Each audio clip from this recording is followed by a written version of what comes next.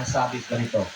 Sabi dito, count it all joy, my brothers and sisters, when you meet trials of various kinds, for you know the testing of your faith produces steadfastness, and let steadfastness have its full effect, that you may be perfect and complete, lacking in nothing. So, brothers and sisters in Christ, this is one of the most difficult commands in the Bible. Why?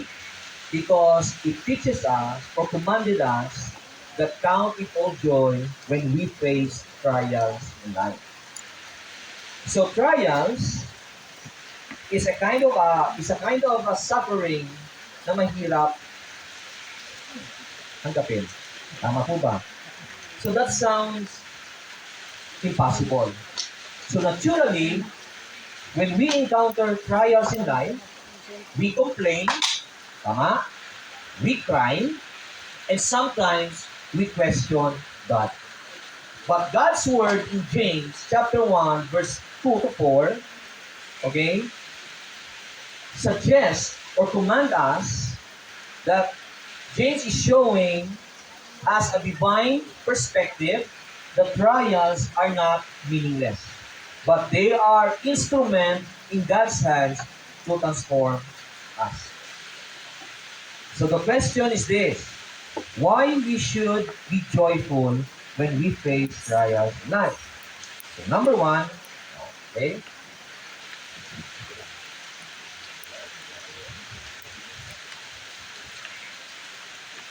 why we need to be joyful in trials? Because number one, trials produce endurance.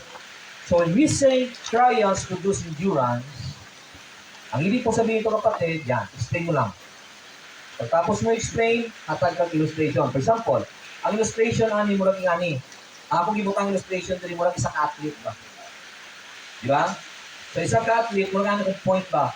Nga isa ka athlete dili man ka mahimong successful nga athlete kung dili ka mo train, tama? Ang training is hard ba siya dili? Hard. Kung nag-train ka na by suffering, wala.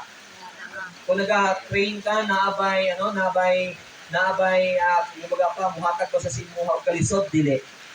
Okay. Pero kapag siya na training being an athlete, kung gusto din mo maging successful as an athlete, so kailangan mo undergo sa ingana nga klase ng training. Pero kana pa siya na training is naghatag og kalisod sa imuha para i-down ka o naghatag siya kalisod para i-develop ka nga mahimo kang malikon. So kana siya illustration siya. And then hatag kag application. So next na po nimo, adto na po ka dito sa second point nimo, balik ka dito sa imong question na po. Ina to, okay? Why we?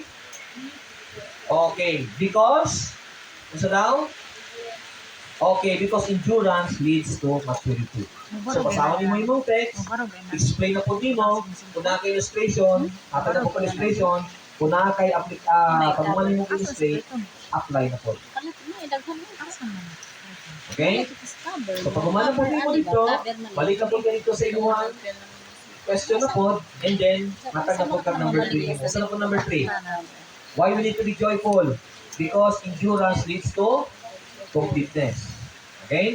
So explain na po din mo to siya, pag umana po, matag na po kag illustration, dinapad na po kag application. Tingnan ni, pag mo ato kag conclusion nimo, pag ato nimo conclusion, mao to siya, realization lang. Halimbawa, isa sa mga realization, walang ingani pa. Ang trials, i-allow sa Ginoo sa ato, primarily, dili para mo hatak og change. So on, dapat mo na tatandaan. But some of us believers, pag nato sulay, abi nato, pinasulutan pa sa Ginoo. Abi nato, dili ka gindugman Lord. Pero actually, ang trials ay, ang pagsulay, nag-i-allow sa Ginoo sa atong kinabuhi, is dili na siya, kumbaga pa, naghatag sa tuwa kalisod. Kung di sa daw, ang idrio, so tidari, baga pa, every trials daw is a step toward the person He created you to be. To nurture you, para ikaw mag-grow, para ikaw mag-mature spiritually. Ibig sabihin, yan ako ninyo pagpapuhat. Wala ako saysay, wala akong iwali ba, ako ang dibasa. Ibig sabihin, muna inyong i-basta. Kung Bisaya ka, Bisaya. Kung Tagalog, Tagaloga.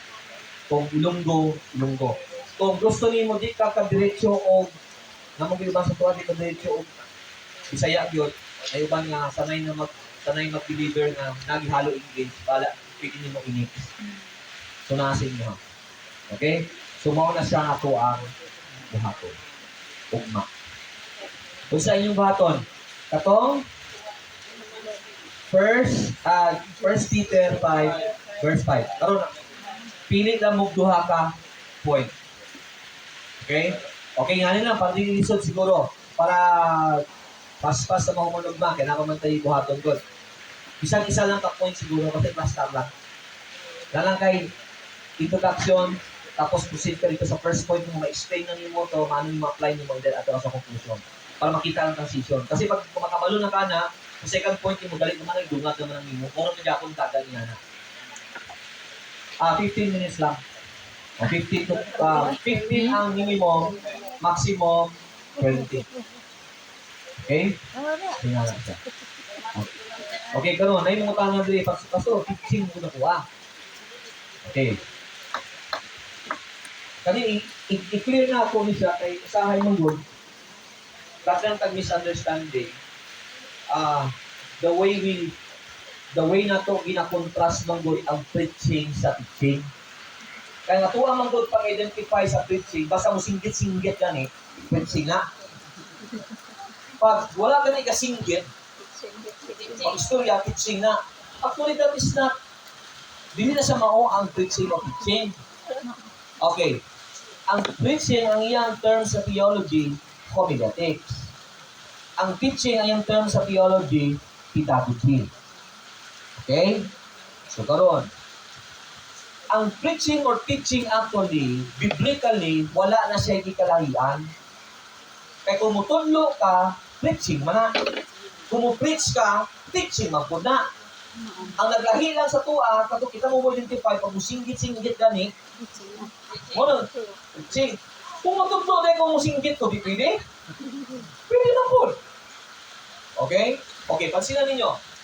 Kung si Jesus, nag-sermon sa dito, now, si Jesus nag-sermon sa dito, to Matthew chapter 5, kung sa to, pedagogy or teaching? Pedagogy or homiletics? Matthew chapter 5. Oh. Saan na siya? Teaching? Preaching. Oh. Asa? Ano yun mo? Teaching ka, Pastor. Teaching. Kung wala ni singgit. Isinggit-singgit dito. Ako naman isinggit-singgit dito. Okay. Kanya, ma-identify nato ang preaching o teaching dili sa tone. Dili sa imuhang bihok. Okay? Dili sa imuhang facial expression. Ang teaching o preaching, ma-identify nimo siya, okay, sa structure. Ang preaching, babalaan nimo nga preaching na siya pag ikaw ang naga-istorya. Ang pedagogy, ang teaching, mabalaan mo nga teaching na siya pag ikaw wala istorya. Diyan mo na mo tutuan. Ang Sunday school na to, actually, o ang preaching na to, wala gigalahian. Ang Sunday school na to, naglahi lang ang tone, pero actually, ang Sunday school na to, preaching yapon siya. Naaray involvement sa tao. Pero sa pedagogy man good, kumbaga, pag istorya man ang leader, istorya ang teacher, pero limited. Ibig sabihin sa percentage, 10% lang imuha, 90% sila. Kata? Sige ma'am. Ang ako ng game first, Pastor. Okay. Ang first lang, kailangan na sa mga Yan.